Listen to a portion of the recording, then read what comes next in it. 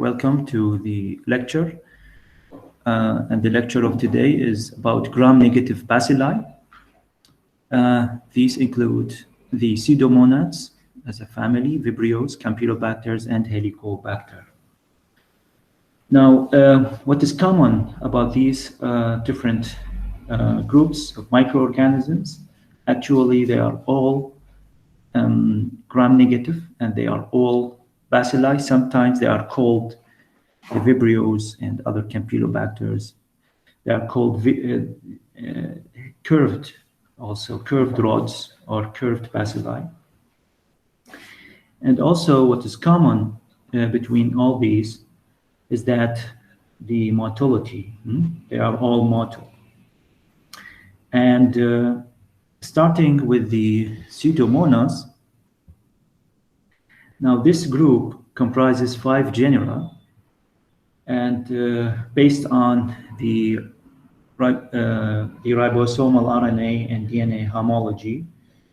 But we have one single species that is a major human pathogen, which is Pseudomonas aeruginosa, okay?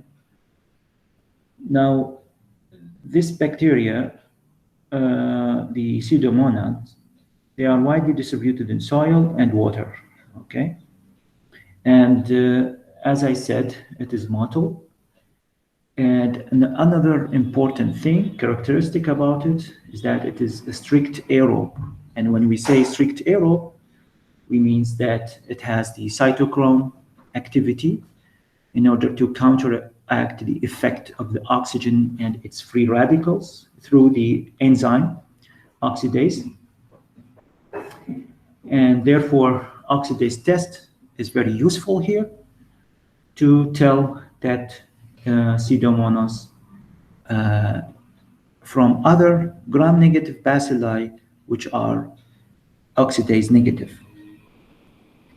Okay, so this is the importance of the oxidase test. And what is special about Pseudomonas is that also to link this characteristic that it is strict aerobe also with the diseases that is responsible for.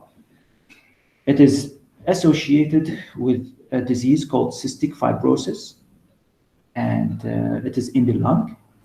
And it is not a coincidence because in the lung also there is the area of site of infection of Pseudomonas is also linked to the requirement of oxygen. If you notice that in the cystic fibrosis in the lung, and also it is associated with burns on the skin, again in contact with air and oxygen, being oxygen important for the growth of this strict aerobe. So Pseudomonas requires the oxygen for growth, being a strict aerobe, and this can be easily seen and linked with the clinical infection and clinical diseases where this organism is associated with, and also the pigmentation of the infection. It is due to the fact that this organism produces pigments, blue or green or red or black, and the name Pseudomonas actually means there is the Arabic translation of it is the Azinjariya Kadhiba, okay? And this is because of the pigmentation again. And also one can see this pigmentation in the clinical disease where we see this discoloration. This can be seen on the skin, also in the infections. And they are highly suggestive of the Pseudomonas infection. Now, what is the most important point to remember about Pseudomonas? Well, it is, again, a major cause of nosocomial infection. And also, we should also keep that in mind. There is also antimicrobial resistance. So this is a clinically and at the level of healthcare is very important to remind people of. And also, we're going to talk about the virulence factors. Now, let me show you in this slide on the whiteboard. So this is like a simple drawing of gram-negative. Now, can you tell from this drawing whether this organism mortal or not mortal or immortal? What do you think? Mortal. Mortal because of what? Because the presence of this Hidaba was one. Okay, there is the Fimbriae, okay, which is the plural of Fimbria, okay, or pili, we call it sometimes. But the mortality is mainly due to the presence of the flagellum, okay, which you can see here. This is the flagellum here, okay. So this structure is the one responsible for the mortality, the main, okay. Now, back to the point of Fimbriae or pili, they are actually part of variance factor. Why? Because they are useful for the microorganism to attach itself to the surface of epithelial cell. Okay, so this is one of the mechanisms by which microorganism attaches itself to the cell before doing infection or pathogenesis. Another thing, so you have some factors which are very important. We have the LPS, and usually this is the endotoxin, and this is responsible for the endotoxic properties. We have also exotoxin A, which causes tissue necrosis by blocking protein synthesis. And this is usually happens after the attachment, okay? So after attachment by the Fimbriae, the microorganisms start to release all these, and then the pathogenesis starts. Also, we have extracellular enzymes, elastase, protease, and 2-hemolysins. So these are all variance factors for the organism, okay? Now, as a clinical finding, as we said, it is all linked with the microorganism and its requirement for growth. Therefore, the preferable site, for example, is the lung or some areas where there is direct exposure to the oxygen, and they are associated with pneumonia and septicemia in people with cystic fibrosis and immunocompromised patients, also cellulitis, and as I said, this infection can be associated with some discoloration, highly suggestive of Pseudomonas, and also otitis externa in swimmers. Again, why? Because don't forget, it is available in aquatic environment, in the soil and water. And usually in the hospital, we can look for this microorganism in moist areas in the hospitals. So this is where the most of the infections come from for the nosocomial. Nosocomial, I'm sure that you know what that term means, infections from the hospitals. And also it is associated with other diseases like meningitis, urinary tract infections, and pneumonia, resulting from surgical interventions and catheterization. And this is also due to the fact there is the biofilm formation, and this is again linked to the variance factor, the exopolysaccharide, which makes the colonies mucoid, and this is important for the biofilm formation. This is where the microorganism hides itself and make it difficult to do the antimicrobial and to receive antimicrobial therapy. And so we go to the identification. Identification is very clear. It is a gram-negative bacilli. And do you think that it can grow in McConkey agar or not?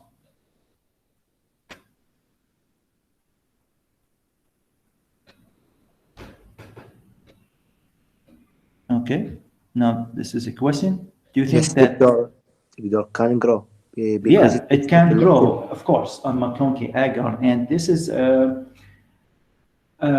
this actually is the reason why we should differentiate Pseudomonas from other McConkey positive Enterobacteriaceae. As you know, that Enterobacteriaceae as a family, also sometimes called enteric. Enteric. Why enteric? Because they are present in the enteral canal, which is the intestine. And these are called the Enterobacteriaceae. They can grow on McConkey, but how can we tell the difference? How can we tell them apart? Well, simply by using what is called the oxidase test.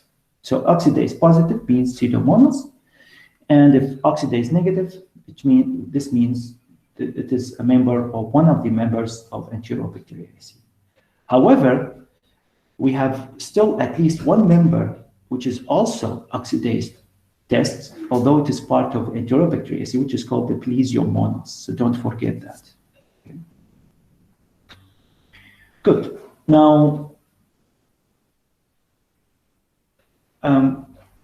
of course, for the oxidase test, all the details related to that will be discussed more clearly in the next lab session. And the treatment, as I said, it is very common to see that there is resistance to antimicrobial, especially when a single drug is administered.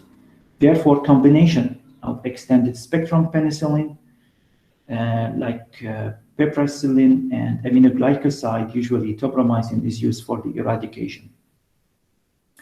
And so therefore, antimicrobial susceptibility tests would be also mandatory after isolation from the infection, and to identify which combination works at best to eradicate this microorganism. So we have multi-drug resistance, MDR. And this is usually seen in Pseudomonas infection. There is no vaccine till now. And as a nosocomial infection, it's very important to control the source of contamination and proper examination of the moist areas, the hospitals where this microorganism usually thrives. So this is all with Pseudomonas. Now we can go to the Vibrios.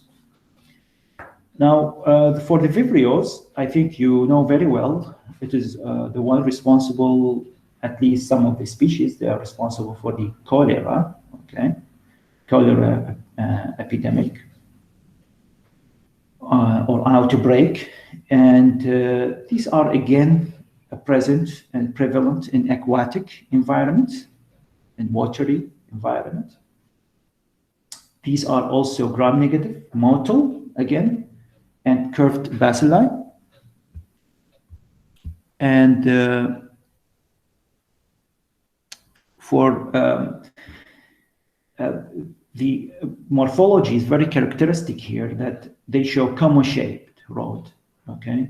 So we can, whenever we see under the microscope, the comma shape, it is, it could be the Vibrios.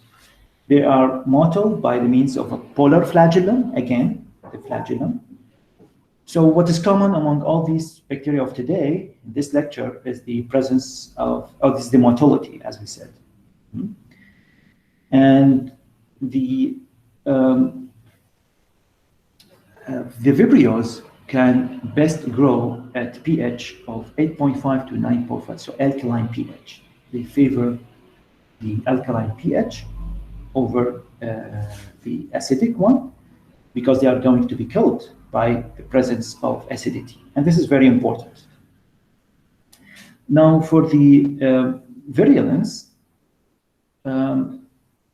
the Vibrio cholerae we have, which is the microorganism that is responsible for the cholera, because we have Vibrio cholerae, we have another species, the Vibrio parahaemolyticus, and the one that is responsible for the cholera is actually Vibrio cholerae.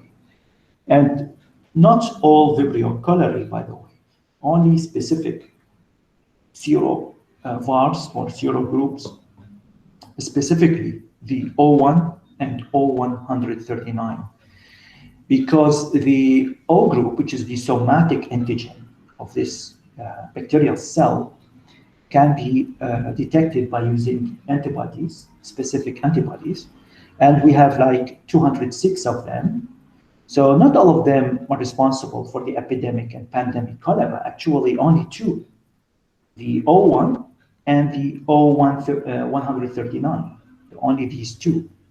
Otherwise, all other O antigens within the Vibrio cholerae, like non-O1, we call them also non-O139, all of them will cause cholera-like diarrhea or extraintestinal infection. Okay, so not cholera, by the way. And the other species, which is the Vibrio parahaemolyticus, it's responsible for gastroenteritis or extraintestinal infection again. And the way to differentiate between these two is we are going to discuss that in the lab session. Now, what is important for you to know in this lecture is that how can Vibrio cholerae lead to the cholera or to the infection and the outbreak? So the main thing or the virulence factor here is the heat labile enterotoxin.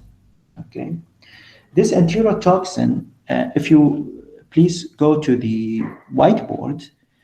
Now, you see this is the cholera toxin. I'm pointing to that, to here where the pointer is.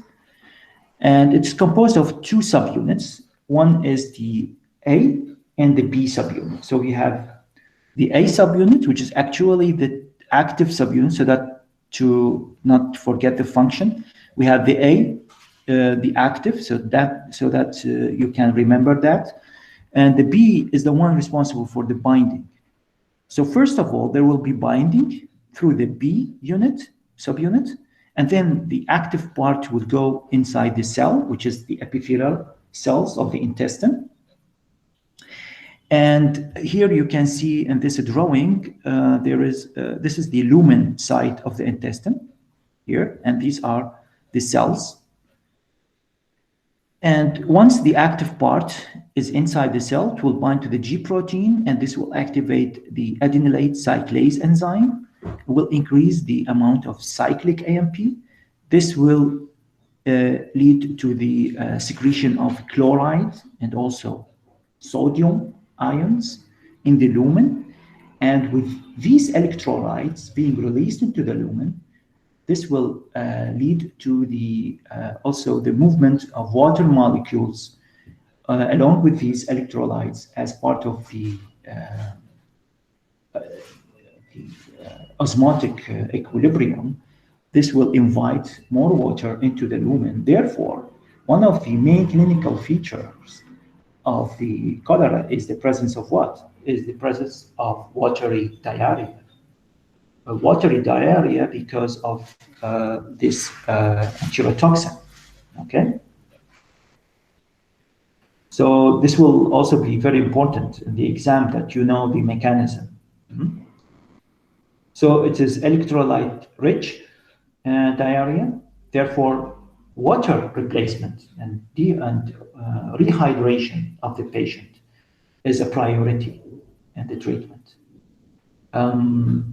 And what do you think? Where is the problem? Is the problem, which one is the direct or which part is directly related to the pathogenesis? Is it the microorganism itself or the toxin? Toxins, Victor. So the toxin, exactly right. So this is the toxin, which is important for the pathogenesis. We can also say that, therefore, the treatment, besides rehydration, there will be also the antitoxin administered. Now, what else is that the cholera is not an invasive infection. What does that mean? It means that, as you know, if you'd like to detect antibodies to a certain microorganism, there should be first a contact exposure of that organism to the immune system and in the bloodstream. So being non-invasive, it means that there is little value in serodiagnosis. Okay, so this is a point to remember during the identification or diagnosis of cholera. Now, the other thing is that the infective dose. The infective dose is the minimum number of microorganisms that can lead to infection. And by the way, you can have an infection without the disease. So just don't make a mistake. Not every infection will lead to a disease. The infection, when it is dealt with properly through the immune system, we will not have a disease. The disease can only be because of the inability of the immune system in that particular host to contain that infection. Okay. So now, infective dose is the minimum number of microorganisms that can lead to infection. Okay. Now, imagine that we had actually the cholera outbreak in Iraq. So imagine that you are now the one responsible to control the cholera outbreak. So, and you know for sure that the source of infection is the food and the drinks. So now, if you would like to control that infection and outbreak, would you go to control, to spend resources on controlling the food more or the drinks more? What do you think? I think drink more. To control the drinks, because you think that the source of infection will be, or the cholera will come from the drinking fluids rather than eating food, right? Yes. Okay, this is not the case for a simple reason, because now this is a very important principle also to learn from this example of cholera, that usually the food is a good buffering system. It means that here you have what is hindering or preventing microorganisms in general to cause infection is what is called the stomach acidity barrier. This is an innate immune mechanism to counteract infections in general in humans. So this acidity will this means that you require a large amount of microorganisms in order to bypass this barrier. So you would have like for the 10 billion microorganisms, for example, or more, to overcome the acidity of the stomach, while as few as 100 to 10,000 microorganisms usually can go and do infection, because the food itself is considered as a vehicle for that, and because of the buffering capacity of food. Okay, so the food is this word here works as a buffer, and this will deal with the acidity of the stomach, making the infection possible with a fewer number of microorganisms. Okay, therefore, infection can be easily transmitted through food rather than drinking fluids. Is that point clear now? Does it make sense? نعم دكتور. Okay, good. So now the other thing to remember is that, as we said, the O antigen, which is the somatic one, is the one used for serogrouping. And we know that the O1 and 139, they are the serovars responsible for cholera epidemics and pandemics. Now, the O1 can be further typed or subtyped, actually, serologically into Ogawa, Inaba, and Hikojima serotypes. So these are like you have antigenic sites, and in the O1 antigenic site, or this antibody, this can be also further subtyped, okay? And we have additionally, we have biotypes, and for O1, and we have two biotypes, classic and LTOR. What is biotype? And we have serotype now, we have biotype. So what is the definition of biotype? Actually, these are subtypes based on biochemical reaction, not serological. And serotypes is based on serology only, okay? So we can have these at the same time. So you can have the O1, Ogawa, or Inaba, or Hikojima. And at the same time, one of these could be either classic or LTOR. Now you say, what's the difference between classic and LTOR? Well, it has been found that the classic leads to more severe manifestation of the illness, okay? This is just like to know the course of the disease, okay, biotyping. Now, one point in identification, the Vibrios, and especially also what happened also in Iran, some of the cases were labeled as cholera. Actually, some of them were mistakenly diagnosed as cholera while they were actually Aeromonas cases. So in the lab session, we are going to to explain or to discuss how to differentiate in the lab between Aeromonas infection and cholera infection, or Vibrio cholera infection. And this will require some other tests to perform in the lab in order to tell them apart. Now, in the clinical finding, the incubation period is variable. It could be, it could range from 12 hours to 3 days, depending on the size of the inoculum. But the main characteristic, it is painless, rice, watery, afebrile diarrhea. What do we mean by that? Painless means there is no abdominal pain.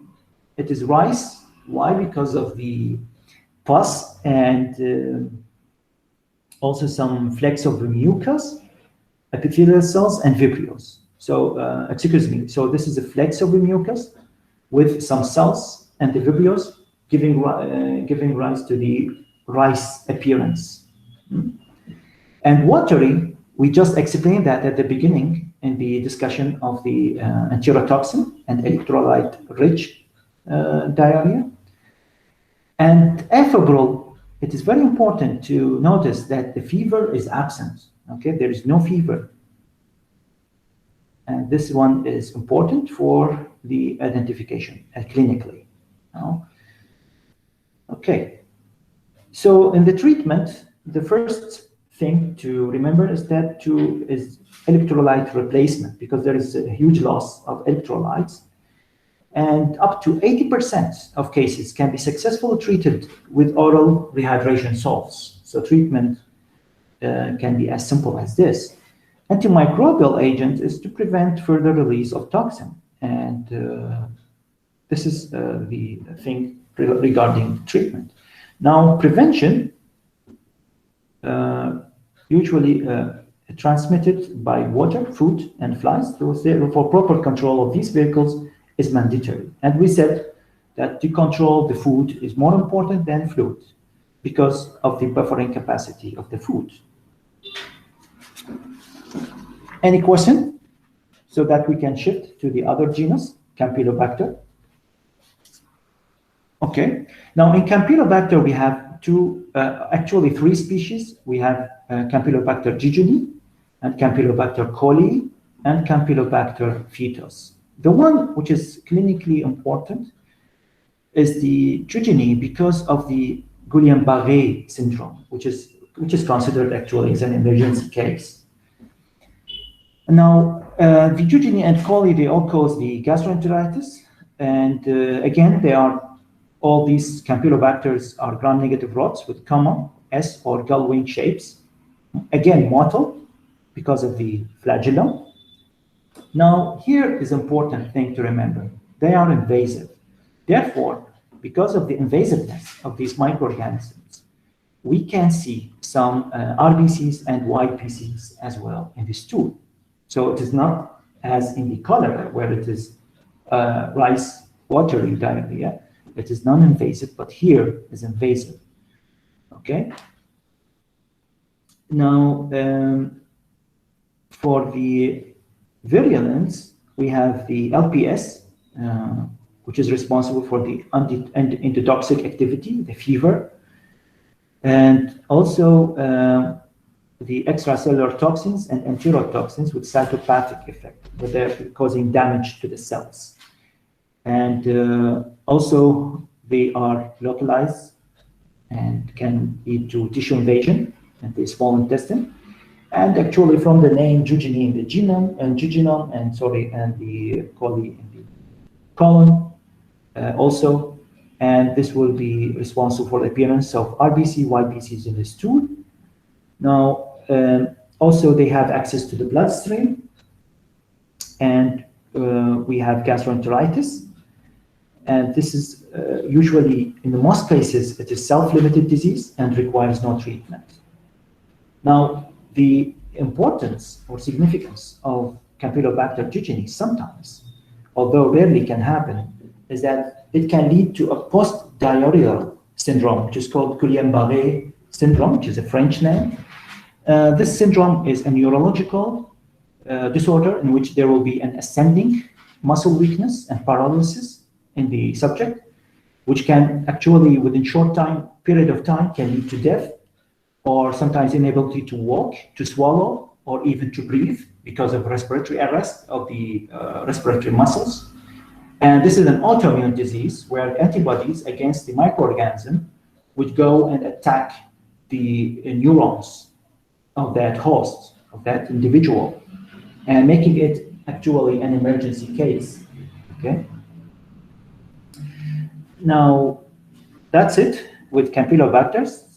Now we can go to Helicobacter. In Helicobacter, we have a single species, which is Helicobacter pylori. And the name Helicobacter, so don't forget, it's because of the helical shape and the motility, because of the presence of the flagella. And these flagellae, they enable the microorganism to move in screw cork movement, actually like a helicopter. And we are going to see this motility and movement, why it is important for the microorganism. Well, this microorganism, usually, what is the habitat of H. pylori? What do you think? Where is the habitat of this microorganism? In which organ? In the stomach?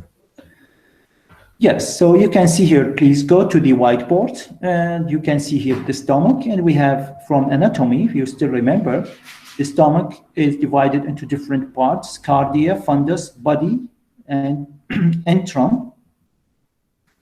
So where do you think, where is the anatomical site of H. pylori? What is the natural habitat of this microorganism?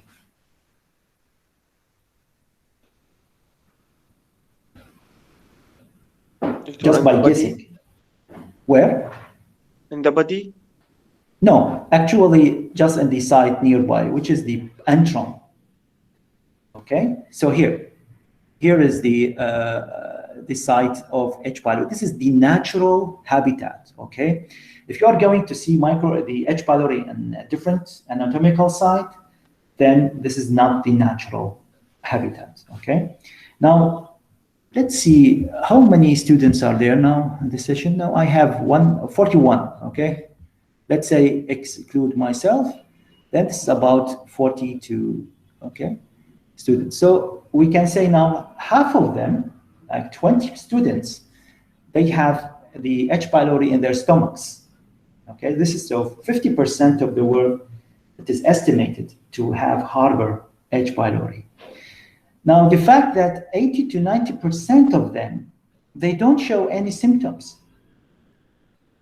Okay, so we say that if 40 like 20, then about 18 students, they don't suffer from any symptoms, although they harbor the H. pylori in their stomach. So what do you think? Is it a pathogen here or a commensal? Commensal. Commensal, right? Because if you have by the way, we have always we are going to have microorganisms inside our body, but as long as they don't cause symptoms and problems, then they are considered part of the normal flora, right? Now, just that the microorganism, just because that the microorganism is sitting there alone, let's say almost alone in the stomach because of its acidity, that doesn't mean it is a pathogen. This microorganism is actually, by design, is equipped with all the tools and means in order to survive in this harsh, acidic environment. And we said harsh, it is harsh not for the H. pylori, but actually for all other microorganisms in general because of the acidity. And the discovery of this organism happened just to be in the 1983. And after that, there was like a debate whether H. pylori is a friend or a foe, a partner or a pathogen to humans. And as I said, it is a debate, okay? So, but now, currently, in the medicine, this is a very good example so that you don't, you judge on the appearance, on the face of the things, but you be diligent to do your research and search for the right thing. Because now, if you read in the literature, in this microorganism, and the majority of literature will tell you that this is a pathogen and should be treated once detected. And this is the current medical practice now. It is a test and treat strategy. A test, it means they are going to be sent or a request for the lab to detect. Once detected, then it should be eradicated. Now, if you still remember from the host microbe relationship, if you have a disease because of eradication of a normal flora, what do we call this condition as a relationship? Atopia? Exactly, atopia. And this is what happened actually in the Western societies where they considered this H. pylori to be a pathogen, and they started an eradication program in a population of children, and they started to eradicate by what is called the anti-pylori therapy, which is triple antimicrobials, and they could achieve that eradication. But what happened after that? Because of the atopia, these children, they have lost their the H. pylori. And it is also believed that H. pylori can be transmitted from person to person horizontally, but it can also, most importantly, be transmitted vertically from mother to child, and sometimes go that far to say that actually H. pylori is a gift from the mother to her child. Now imagine that you remove this gift from the mother by this eradication. So what they noticed, what they found out after that, they found that these children, they suffer from other diseases not related classically with H. pylori. For example, like food allergy, they suffered from obesity and from asthma, okay? So that was a good example of atopic relationship because of the loss of this microorganism. Now, this microorganism also, as we said, it's a helical spiral shape, and it has multiple polar flagella, which is actively motile. It's fastidious. It cannot grow on McConkey. It requires special media and special microaerophilic environment. And here, another important point about this is that the pH, the optimal pH for growth, it's very interesting that the optimal pH for growth is 6 to 7 pH, okay? Now, we know from physiology of the stomach that the pH will change or will range from 1 to 2 at the lumen site, okay, where the gastric acids are produced. This is 1 to 2. But at the epithelial side, it would be 7.4. So it is not coincidence that we have this range in the stomach and the optimal pH for the H. pylori. As I said, this microorganism is designed by nature, is designed to live in the stomach, and it is ready and equipped and qualified to live in that condition. So the motility is important because through motility, this microorganism will travel from the unfavorable pH to the favorable pH by using the flagella. And this is mediated by the flagella, as I said, and also by the ability of the microorganism to change the viscoelasticity of the mucus in the stomach to enable the microorganism to swim freely in the mucus layer. So it is really designed to live in that environment, and it can easily reach the target pH, which is the 6 to 7, which is a target optimal pH for growth. Okay. Now, I cannot go to all the theories. You are going to see in the lecture, 3 theories are laid out for the H. pylori. You are going to face that, encounter that in your medical practice tomorrow in the future. And you are going to see that also in the literature, whenever you read about it. So it is highly debatable. And as I said, actually, currently it is considered as a pathogen and should be eradicated. Now, for the identification,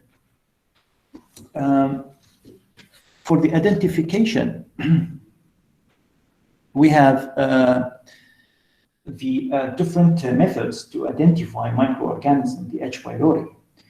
Now, the gold standard, or we call it also the reference method, is the culture.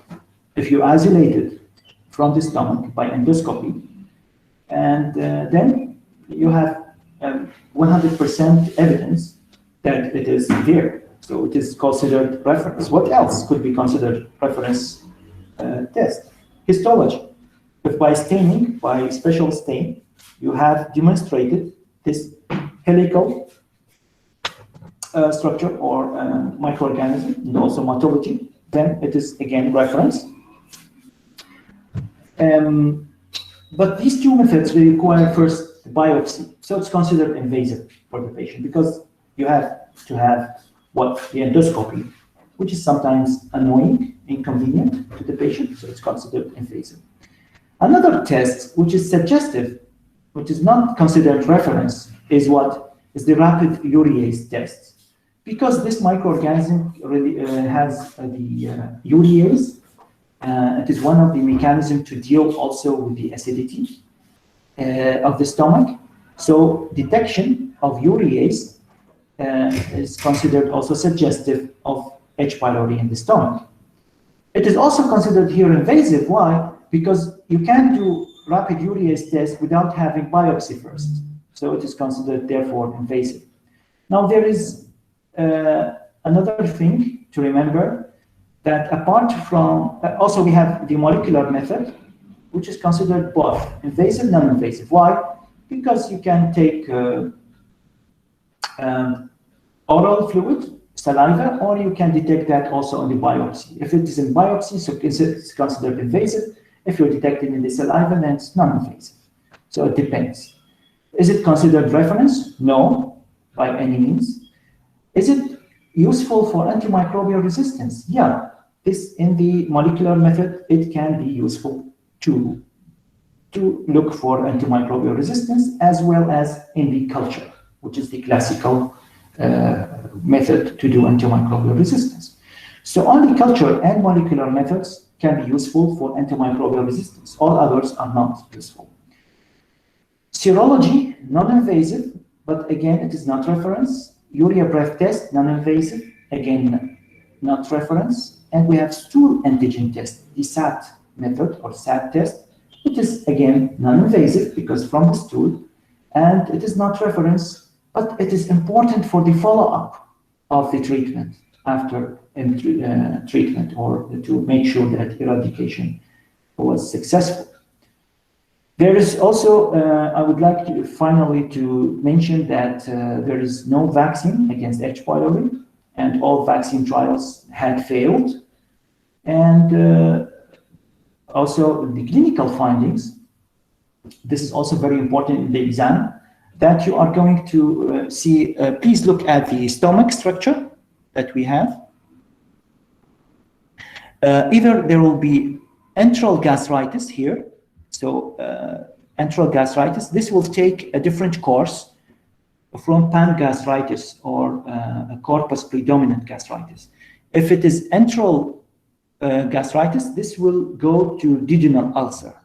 Okay, this can lead to duodenal ulcer. If it is found if there is a corpus predominant gastritis or sometimes pangastritis means enterum and corpus, both of them show gastritis features in the histology or slide pathology, then this will predispose to gastric ulcer, gastric atrophy, intestinal metaplasia, and ultimately gastric cancer. So we have two different courses associated with H. pylori. And keep in mind, not every association is causation. Just because you have certain disease with the presence of a microorganism, that doesn't necessarily mean that this microorganism is the causative agent of that disease. It can be just an associative relationship, but not a causative one. Okay.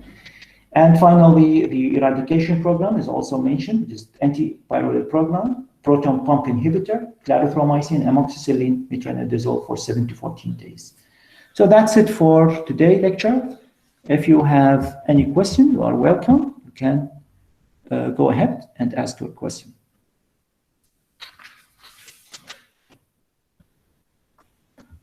Okay, so since there is no...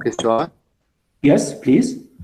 Doctor, as you said, H. pylori is a commensal flora. For that, what other predisposing factors for disease يعني to appear? يعني there are predisposing factors for disease commensal flora? Yes, it is considered, it can be also so explained that it is a commensal actually, but we have the possibility to have unfavorable environment.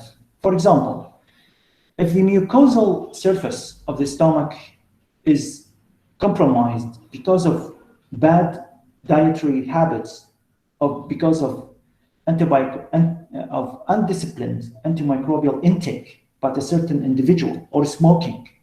As you know, smoking, drinks, alcohol, all will affect the mucus layer of the stomach, right? It will lead to unhealthy mucosal barrier, right? So if this is altered and changed, what do we call this relationship? What can H. pylori be here a part of a problem because of the unfavorable now environment, because all of these predisposing factors? So actually it's a matter of the environment. Is it favorable or unfavorable? If it is favorable, then everything is well and fine. There's no disease to mention, no symptoms to complain of. As we mentioned, 80 to 90% of people harboring H. pylori in their stomachs, they don't complain of any symptoms. Meaning what? Meaning this is a normal utopia relationship, right? But if the environment is compromised, for whatever reason, because of the bad habits, because of the undisciplined antimicrobial or drug intake, or because of any other bad habit, then what do we see here? We see a change of environment. We see a dystopic relationship, different diseases from the atopic. The atopic, where we find them? Whenever there is eradication of H. pylori. And as in the eradication program that I just mentioned in the Western society. They started this program, but also they suffered from the consequences, allergy, obesity, and asthma. So these are all atopic diseases because of the eradication. Does that make sense?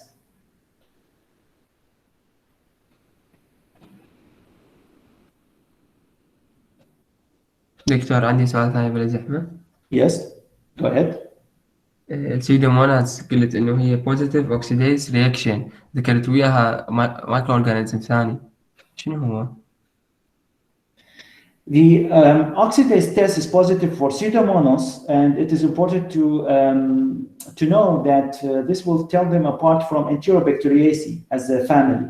So all Enterobacteriaceae, with the exception of one member, which is Plesiomonas. Okay, you are going to see that in the identification chart in the lab. So don't worry. Okay, Plesiomonas, you mean? دكتور العفو. Yes. In the previous lecture, we said most of gram-negative fluid are part of normal flora. Is the Pseudomonas and the Vibrio cholera part of normal flora? No, they are considered pathogens. تمام دكتور. Okay. And sometimes when okay, this is another point, when you have part of normal flora and all of a sudden they are responsible for a disease because of suppressed immune system, what do we call them? Do you know the term for that? دكتور change in environment يعني؟ Yes, but there is also a special term for that microorganism. Whenever it is part of normal flora, it has no problem, there is no problem. But whenever the immune system is suppressed or immune compromised, then then you have a disease because of these organisms. Do you know a term for that? It is called opportunistic infection. إيه دكتور من يسرى منه conversation صحيح. Yeah. So this is just another term to add to the many terms that you have already seen. دكتور يعني احنا ما نقدر نقول هم dystopic relation يعني اذا صار يعني بينكم. By the way, this is dystopia and utopia. You are going to find it rarely in the literature. Nobody will talk about it too much. It is unpopular, by the way. But this is just to give you a background, okay? If you have tomorrow a discussion with microbiologist or a physician on some basic microbiology things, then you can make a huge benefit. You can make use of this. These three things or three types of relationship in this context. So it will be very helpful. Also, when you read literature, you can also base that on these three different types of relationship. But usually, when they talk about microbiology and diseases, they don't mention these terms, the three utopia too much. It's very unpopular.